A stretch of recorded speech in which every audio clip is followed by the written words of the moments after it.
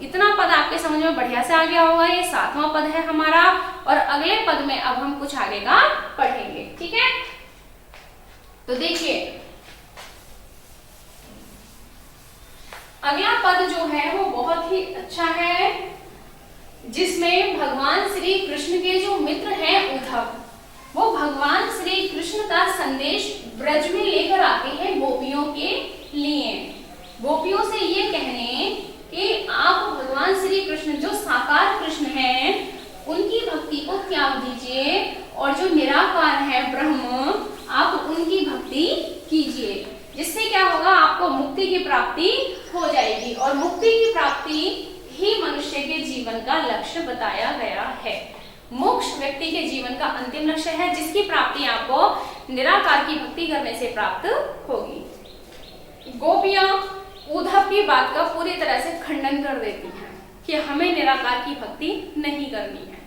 तो वो कैसे करती हैं ये हम इस पद में देखेंगे। पद संख्या है हमारी 8। सूरदास के पद के अंतर्गत पद संख्या 8 हम मैं आपको पढ़ाने जा रही हूँ। पद संख्या का जिक्र मैं बार बार इसलिए करती हूँ बच्चों, ताकि यदि आप किताब से पढ़ रहे हैं, इस वीडियो को देखते हुए आप किताब का इस्तेमाल कर रहे हैं, तो आप सही पद संख्या पर पहुंच सकें। ठीक है, सही पद पर आप पहुंच सकें। अगला पद है हमारा ऊधो मनना भय 10-20।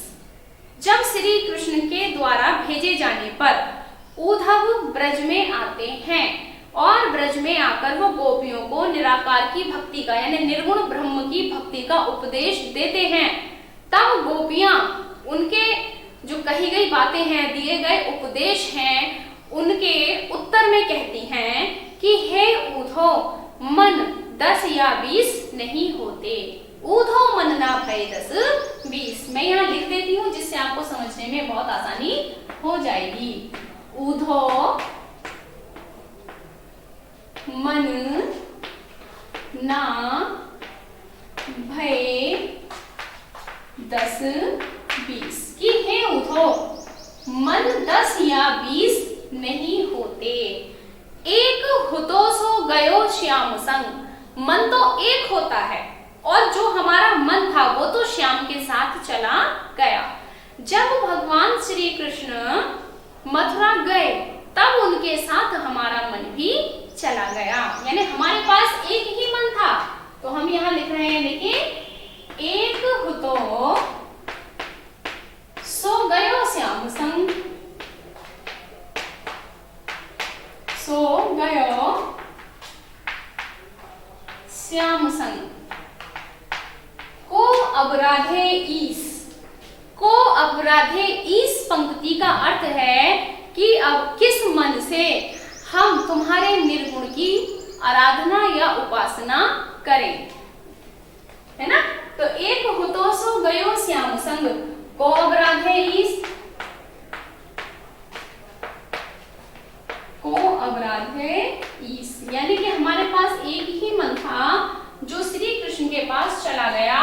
अब कौन से मन से हम निराकार की भक्ति करें, ठीक है।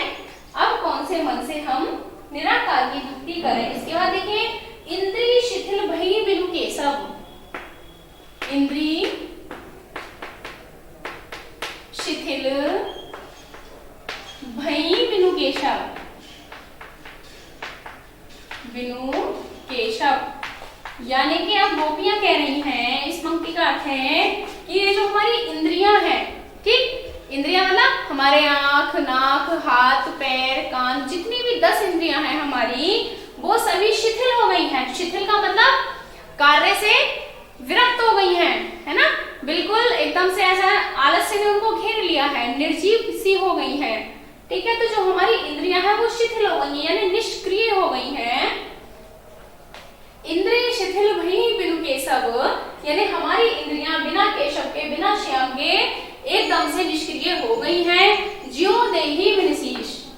देखिए, ज्यों देहि बिनु शीश, यानी कि किस प्रकार से हमारी इंद्रियां निष्क्रिय हुई है। जैसे शरीर के बिना जो हमारा सिर होता है वो निष्क्रिय हो जाता है।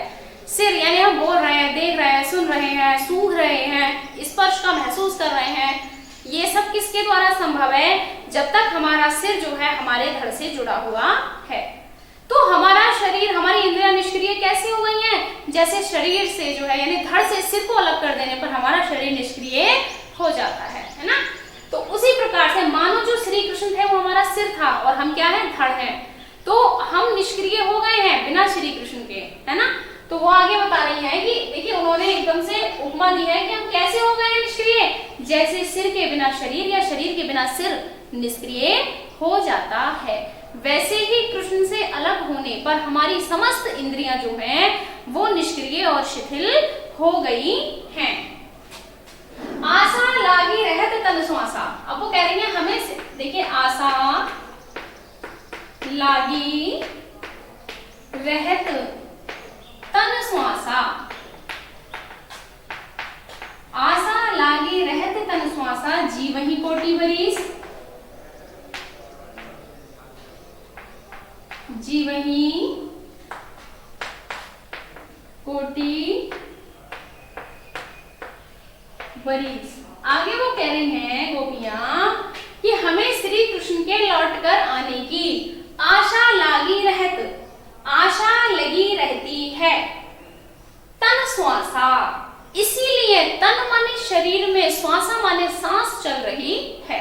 देखिए उद्धव प्रश्न कर सकते थे, इसलिए उन्होंने पहले ही निदान कर दिया प्रश्न का। क्या प्रश्न?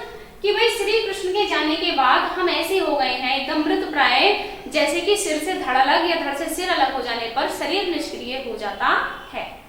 तब प्रश्न ये बनता है जब सिर और धड़ अलग हो गए तो श्वास कैसे चल रही है ना।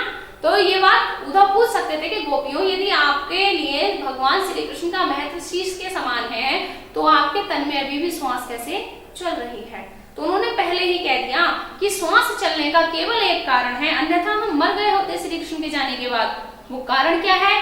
कारण ये है कि भगवान श्री कृष्ण के लौटकर आने की आस हमारे हृदय में अभी तक बनी हुई है।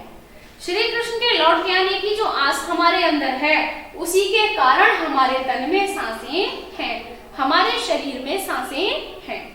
यदि श्री कृष्ण के लौट कर आने की उम्मीद हमें नहीं होती तो हमारे शरीर में ये श्वास भी नहीं होती, और इस अवस्था में केवल श्वास चलते हुए श्री कृष्ण के आने की उम्मीद में हम जीवहि कोटि बरिस, करोड़ों वर्ष भी, कोटि माने करोड़ों, बरिस माने वर्ष भी, जीवहि माने जीवित रह सकती हैं। हम गोपियां श्री कृष्ण की प्रतीक्षा में करोड़ों वर्ष भी जीवित रह सकती हैं। देखिए आगे कह रही है तुम तो सखा श्याम सुंदर के, यानी तुम तो सखा श्याम सुंदर के, यानी कि तुम तो श्री कृष्ण के मित्र हो, सकल जोग के ईश,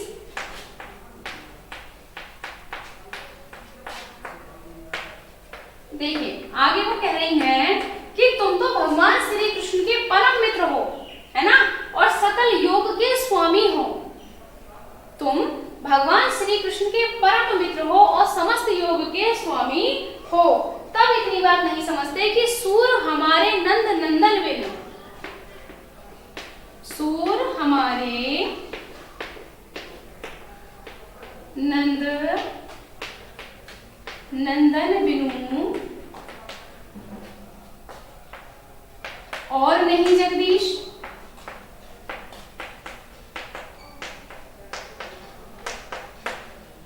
यानी कि भगवान श्री कृष्ण के अतिरिक्त हमारा कोई और स्वामी नहीं है।